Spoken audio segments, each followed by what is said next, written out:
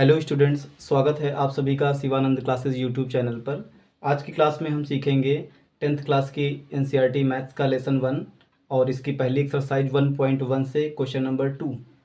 तो देखिए, क्वेश्चन इस प्रकार है कि पूर्णांकों के निम्नलिखित युग्मों के एचसीएफ और एलसीएम ज्ञात कीजिए। मतलब हमें पूर्णांकों का एक युग्म दिया गया है 26 और 91। हमें इसका एचसीएफ और एलसीएम ज्ञात करना है और इसकी जांच करनी है कि दो संख्याओं का गुणनफल एचसीएफ गुणा एलसीएम है। तो शुरू करते हैं। एचसीएफ और एलसीएम ज्ञात करने के लिए अभाज्य गुणनखंड विधि का यूज करेंगे।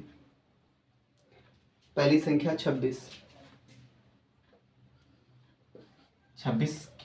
में इकाई का अंक 6 है, इसलिए संख्या 26 2 से विभाजित होगी और 2 से 26 का भाग करने पर 13 स्वयं एक अभाज्य संख्या है, 13 से ही कटेगी।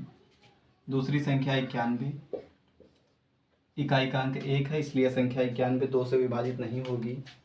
3 से होगी या नहीं होगी, अंकों का जोड़ देखें। संख्या 91 के अंकों का जोड़ 9 1 10 आ रहा है। 10 3 से विभाजित नहीं है, इसलिए संख्या 91 3 से विभाजित नहीं होगी। अगली अभाज्य संख्या 5। तो कोई संख्या 5 से तब विभाज्य होती है जब संख्या का इकाई का अंक 0 या 5 हो। तो 91 में इकाई का अंक ना 0 है और ना ही 5, इसलिए संख्या 91 5 से विभाजित नहीं होगी। 5 के बाद अगली अभाज्य संख्या 7। तो संख्या 91 जो है 7 से विभाजित हो जाती है, 13 सती 91। भाग करके भी देख सकते हैं। संख्या 91 में 7 से भाग देने पर 13 और 13 में 13 से भाग देने पर 13 एकम 13। इस तरह से 91 के गुणनखंड है 7 और 13। आइए ज्ञात करते हैं एचसीएफ। 26 के अभाज्य गुणनखंड 2 और 13। 91 के अभाज्य गुणनखंड 7 और 13।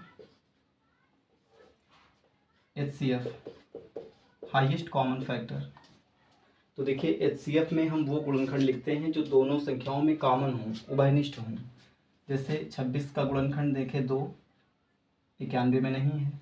13 दोनों संख्याओं में है, तो 13 एक ऐसा गुणनखंड है जो दोनों संख्याओं में है, कॉमन है, इसलिए इसको एचसीएफ में लिखेंगे। और कोई गुणनखंड होता तो वो भी साथ में लिख के गुणा करा लेते।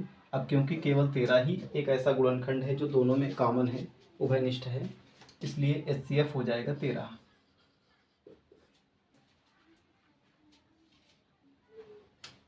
अब निकालते हैं एलसीएम। अभाज्य गुणनखंड विधि से ही निकालेंगे।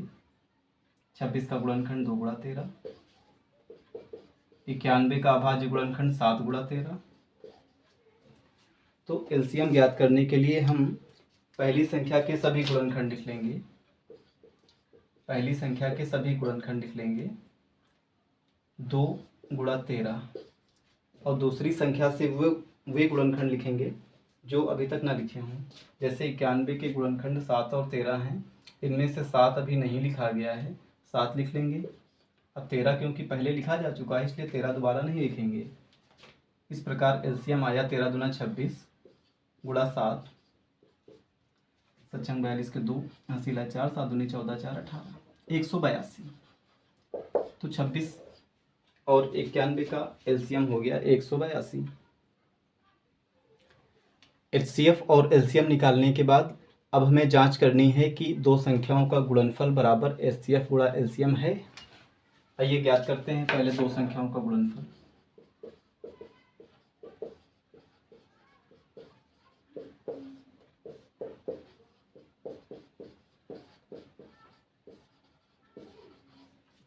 पहली संख्या 26 और दूसरी 91।